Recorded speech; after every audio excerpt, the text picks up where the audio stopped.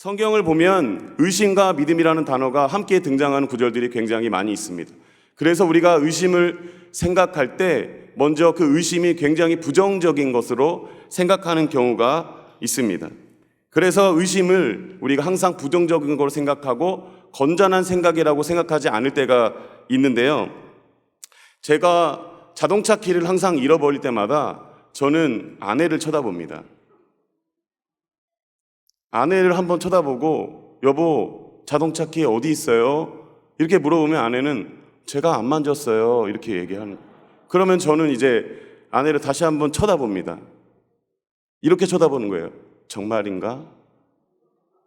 그냥 대답은 하지 않아요. 눈으로 의심의 눈초리로 쳐다보는 거죠. 그럼 아내는 저를 보면서 눈으로 나 지금 의심하는 거예요? 이러한 뉘앙스를 받을 때가 있습니다. 우리가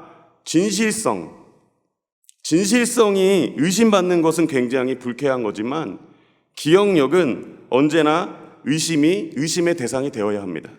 마찬가지로 사람의 판단 능력이나 분별력도요, 의심의 대상이 되어야 합니다. 저는 설교를 준비하고도 원고를 완벽하게 마무리했다고 해도 다시 한번 읽어보면은 또 고칠 것이 있더라고요. 오늘 여기에 올라오기 2시간 전까지만 해도 저는 원고를 완벽하게 준비한 줄 알았는데 또 원고를 보면 또 오류가 있고 또 원고를 보면 고칠 만한 것들이 있다라는 거예요. 그리고 저는 이 설교 강단에 올라올 때 항상 제가 체크하는 게 이 아이패드에 원고가 있는가 없는가 항상 체크를 하는 거죠. 항상 제 자신을 의심하는 겁니다. 저의 진실성을 의심하는 것이 아니라 저의 기억력을 의심하고 있는 거예요. 의심은 우리에게 필요한 것입니다. 인간에게는 한계가 있기 때문에 항상 인간의 기억력과 인간의 생각들은 의심의 대상이 되어야 합니다. 우리가 종교개혁 시대를 보면은 의심할 수 없는 상황이었습니다. 설교를 할 때 라틴어로 설교를 하는데 누가 그 말씀이 맞는지 틀린지 누가 그것을 알 수 있겠어요? 그래서 무지했던 사람들이 면죄부를 사가지고 자신의 죄가 회개되는지 아는 그런 무지했던 시기가 있었습니다. 그때 당시에 한 사람이 의심하기 시작한 거예요. 여러 가지 면죄부를 파는 그러한 모습을 보면서 이것은 하나님이 원하시는 것이 아닌 것 같다라는 의심을 품기 시작한 마르틴 루터가 로마서를 공부하다가 면죄부가 교황이 죄를 사하여 주는 게 아니라 오직 하나님만이 죄를 사하여 주시고 오직 구원은 믿음으로 말미암아 구원을 얻는다는 것을 우리 마르틴 루터가 깨닫게 된 것입니다. 의심은 필요한 것입니다.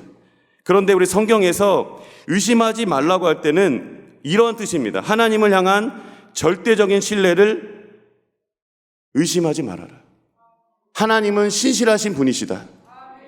그런데 우리가 이 하나님을 신실함을 의심하는 것이 아니라 우리가 때로는 이렇게 생각할 수 있어요.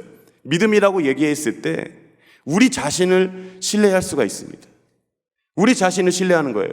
나 자신의 마음의 확신을 신뢰하고 있는 거예요. 그래서 된다, 할 수 있다, 나는 할 수 있다 라는 나의 마음의 확신을 믿음이라고 생각할 수 있습니다.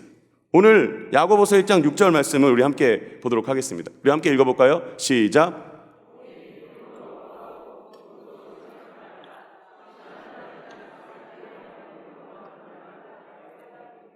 아멘. 오늘 본문에서 의심하지 말라고 이야기하는데 믿음으로 구하고 의심하지 말라. 하나님께 구할 때 마음의 확신을 가지고 구해야 된다라고 우리가 해석을 할 수 있습니다. 그러니까 무엇이든지 구할 때 의심하지 말아야 된다. 하나님께서 반드시 줄 것이니까 절대 의심하면 안 된다. 여기서 아멘 나오면 안 되는데. 절대 의심하면 안 된다. 의심하면 주께 얻기를 생각하지 말아라. 의심하면 안 된다. 마음이 흔들리면 안 된다. 마음이 흔들리는 거는 두 마음을 품은 것이기 때문에 의심하면 안 된다라고 우리가 생각할 수 있습니다. 그런데요, 우리가 기도할 때 의심이 저절로 생기는 것을 어떡합니까? 우리가 기도할 때 다 100% 확신을 가지고 100% 하나님께서 응답을 해 주실 것을 믿고 기도하시겠죠. 우리 목포 사랑의 교회 성도님들은. 근데 저는 의심이 이게 들어오는 거예요. 어떠한 청년이 결혼을 할 때가 됐습니다.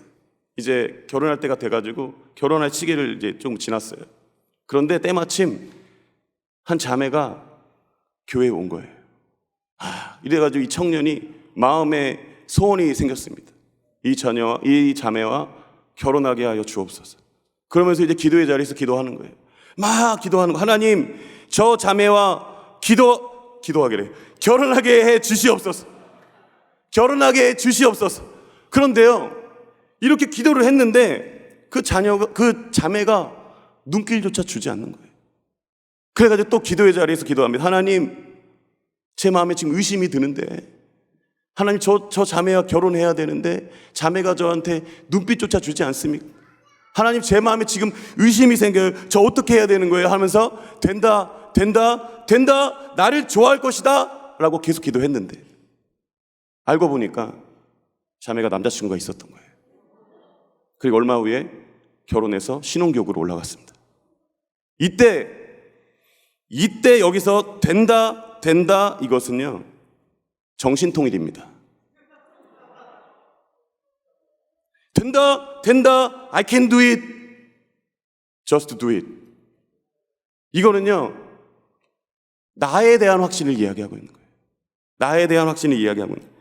다들 근데 경험하셨지만 기도하면서 우리는 하나님께서 반드시 주실까라는 우리가 생각을 할 수 있습니다.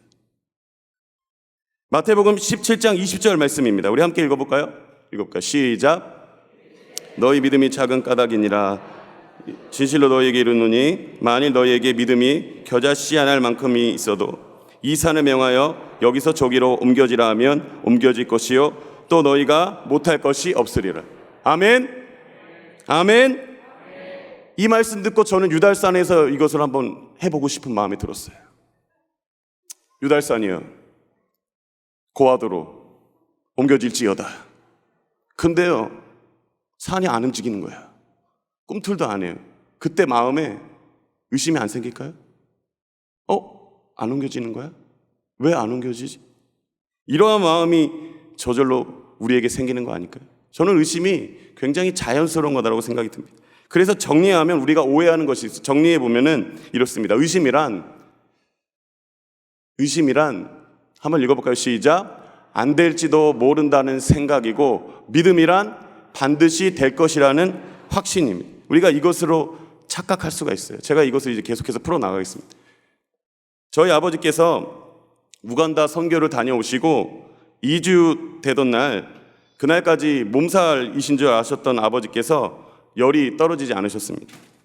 그래서 이제 몸이 완전히 축 처진 상태로 새벽에 구급차를 타서 응급실에 가셨는데, 우간다에서 말라리아 모기에 물리셔가지고 이제 감염이 되신 거예요. 그래서 이제 의사가 중환자실에 입원해야 된다 해가지고 중환자실에 입원을 했는데, 어머니가 중환자실에 입원한 아버지를 보고 이제 열만 떨어지면 되겠다 싶어서 인사를 하고 집으로 돌아온 겁니다.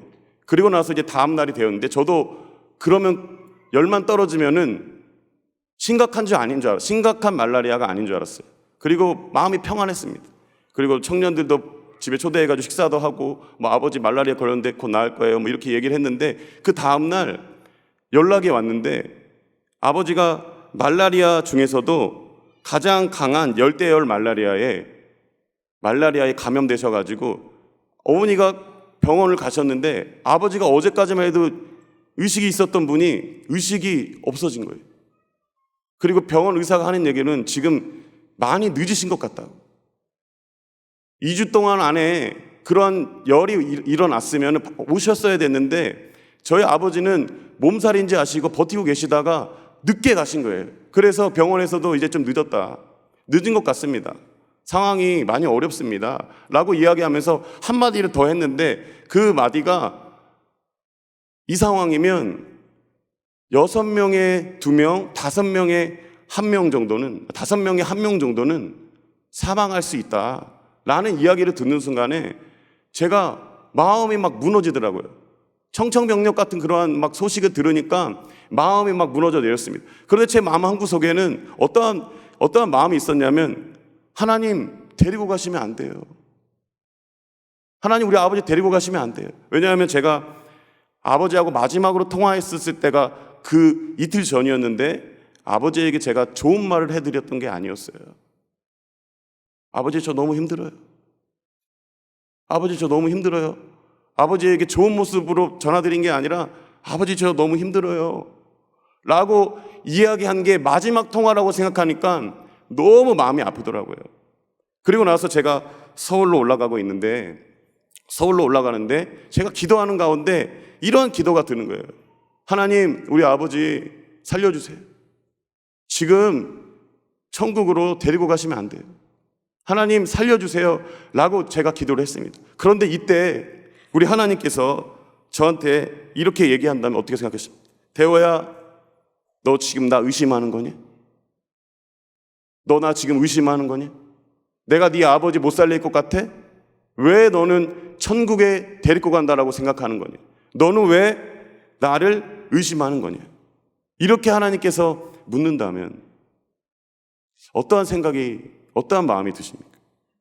삶의 풍랑이 불어올 때 어느 누가 100% 확신으로 당당하게 서 있을 수 있을까요? 흔들리는 것이 당연합니다. 어느 누가 의심하지 않고 반드시 될 것이라는 믿음으로 서 있을 수 있을까요? 우리가 예수님의 기도를 보다 알 수 있습니다. 예수님께서 십자가를 앞에 두고 이런 기도를 하셨습니다. 마가복음 14장 36절 말씀입니다. 우리 함께 읽어볼까요? 시작. 이르시되 아빠 아버지여, 아버지께는 모든 것이 가능하오니 이 잔을 내게서, 여기까지 보겠습니다. 하나님께서 하나님 아버지께 예수님이 기도하고 있는 거예요. 하나님 아버지, 이 잔을 내게서 옮겨 주시옵소서. 이 잔을 내게서 옮겨 주시옵소서. 십자가의 이 잔이 저에게 굉장히 무겁습니다. 저에게서 옮겨 주시옵소서 라고까지만 딱 기도했다면 하나님이 십자가를 옮겨 주셨을까요? 근데 예수님도요, 뒤에 문장 한번 보세요. 그러나부터 한번 읽어볼까요? 시작. 그러나 나의 원대로 마시옵고 아버지의 원대로 하옵소서 하시고. 예수님이 지금 하나님의 능력을 의심하고 있는 겁니까? 이 잔을 내게서 옮겨 주시옵소서, 끝. 의심 안 했으면, 거기서 끝났으면 의심하지 않았기 때문에 하나님께서 십자가 외에 다른 길로 인도하셨을까요? 그런데 예수님이 그러나 나의 원대로 마옵시옵고 아버지의 원대로 하옵소서. 하나님의 능력을 의심하고 있는 듯한, 저기 위에서 끝났으면 됐는데 왜 예수님께서 이런 말씀을 하셔가지고 왜 십자가의 길을 걷게 되신 건가요? 과연 그런 건가요? 이 마가복음 14장 36절은 이러한 의미입니다. 다시 한번 우리 한번 읽어볼까요? 마가복음 14장 36절 다시 한번 처음부터 읽어볼까요? 시작. 아빠 아버지여, 아버지께는 모든 것이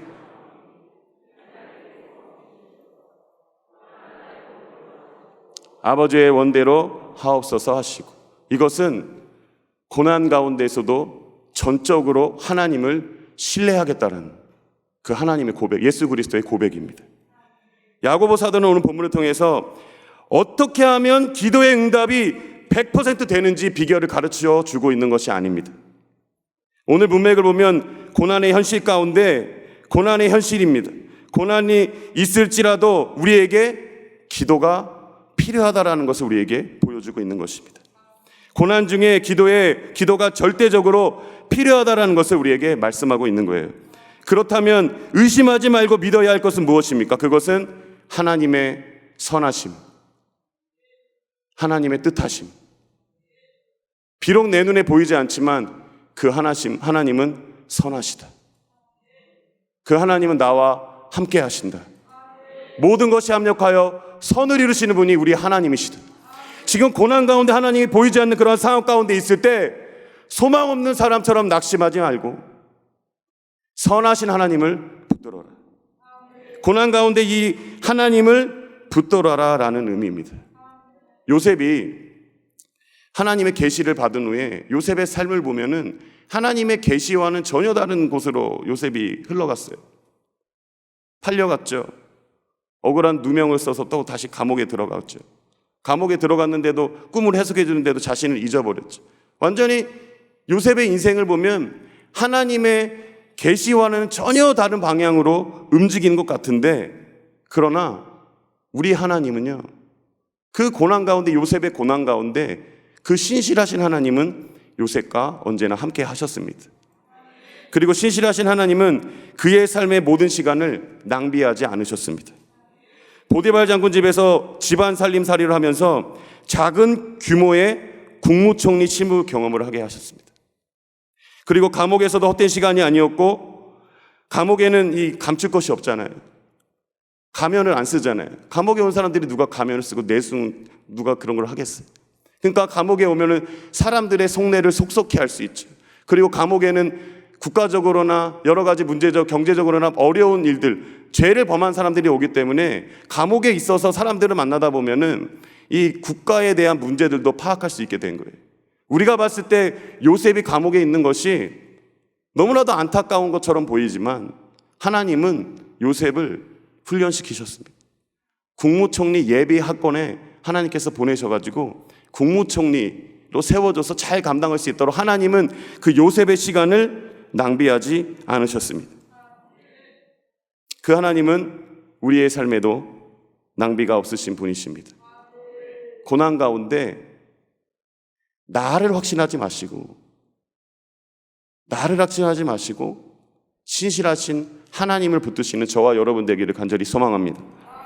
오늘 5절 말씀에 기도할 때 야고보서 1장 5절 말씀에 이렇게 말씀하고 있습니다. 우리 함께 읽어볼까요? 시작.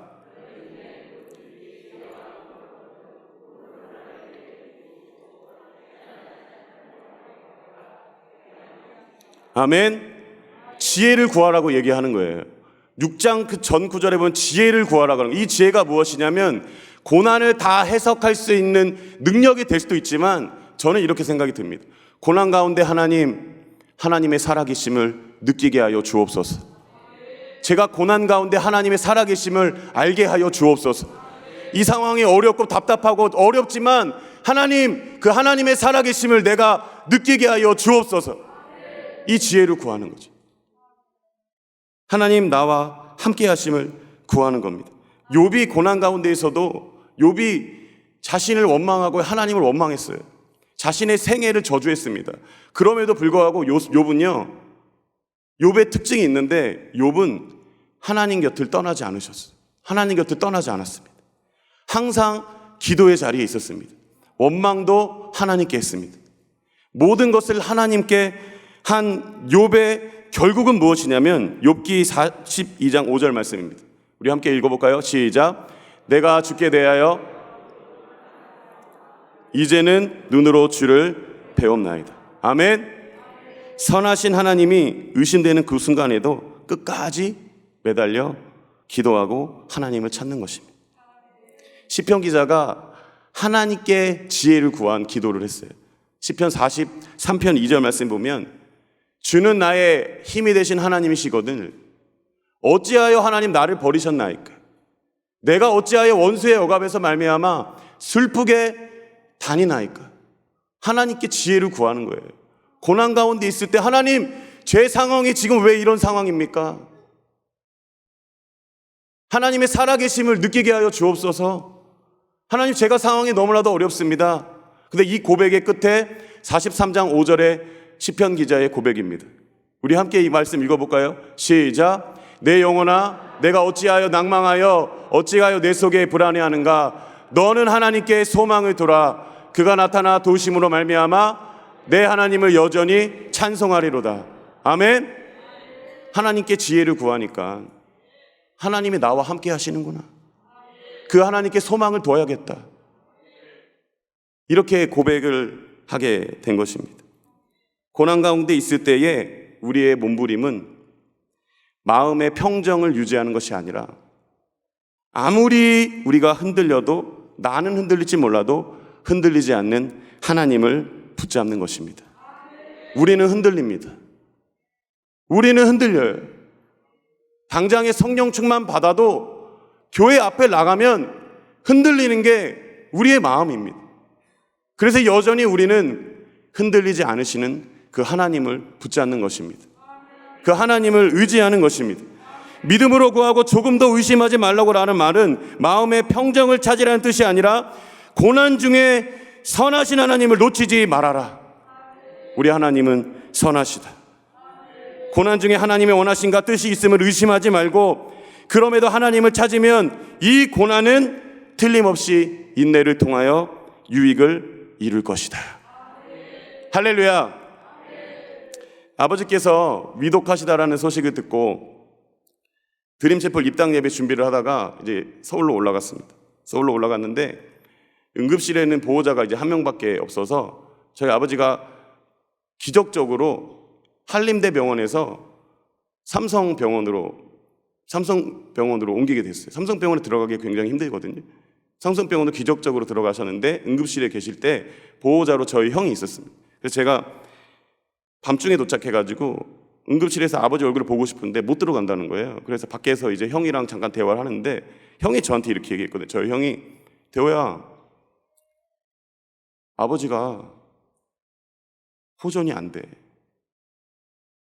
아버지 열이 안 떨어진다. 야, 진짜 심각하다. 형이 그런 말을 딱 하는데요. 그때 제 마음속에 어떤 마음이 들었냐면 병원을 돌면서 기도를 해야겠다. 내가 이 삼성병원을, 내 응급실 여기 삼성병원 여기를 내가 돌면서 기도를 해야겠다. 내 여리고성을 도는 마음으로 내 기도를 해야겠다 하면서 제가 기도를 하면서 여리고성을 도는 마음으로 기도를 했어요.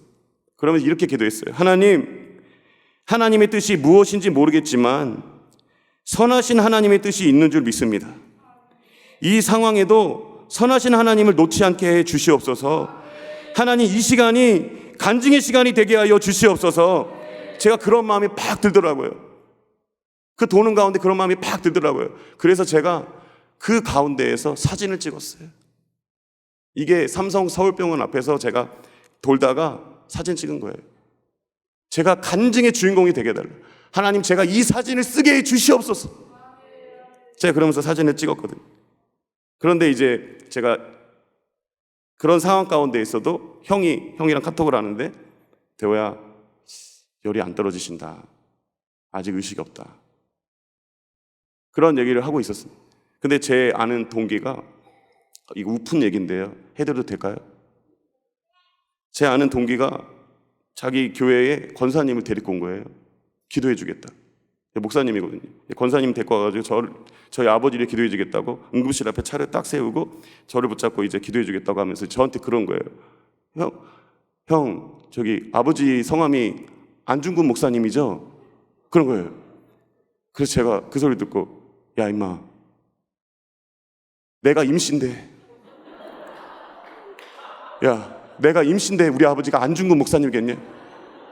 그 심각한 상황에 그 심각하고 눈물 흘리는 상황에 제가 웃으면서 제가 그 친구의 목을 때렸어요. 권사님, 야 임마, 내가 임신데 우리 아버지가 안중근이겠니?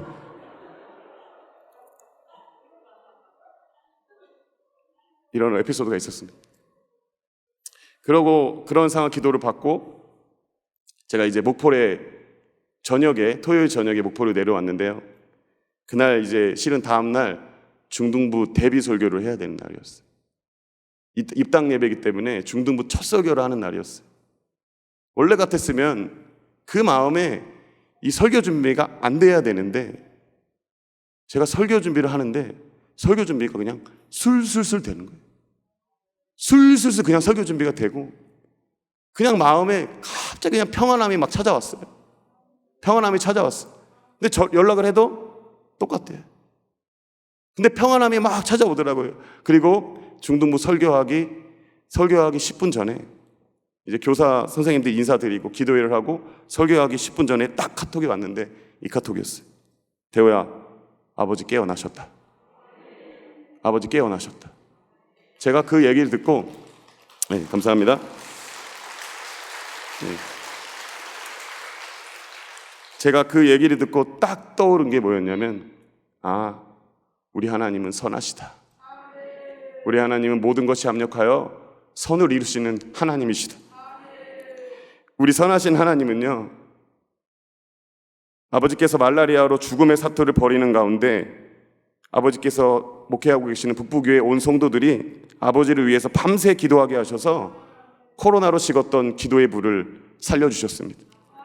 그리고 또 하나는 이 연약한 목회자에게 기도 응답에 대해 별로 확신하지 못하는 이 연약한 목회자에게 공동체의 기도가 강력하다는 것을 깨닫게 하셨습니다. 제가 중등부 선생님들 아는 분들에게 다 기도 제목을 다 드렸어요.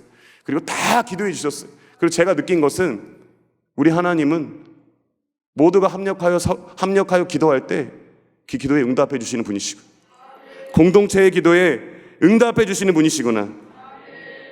저는 이것을 깨닫게 되었어요. 물론 살아계신 우리 아버지가 살아나셨기 때문뿐만 아니라 어떠한 상황일지라도 우리 하나님은 선하신 하나님임을 믿습니다. 저를 중등부에 보내신 이유도 하나님께서 대호야, 기도 더 해라.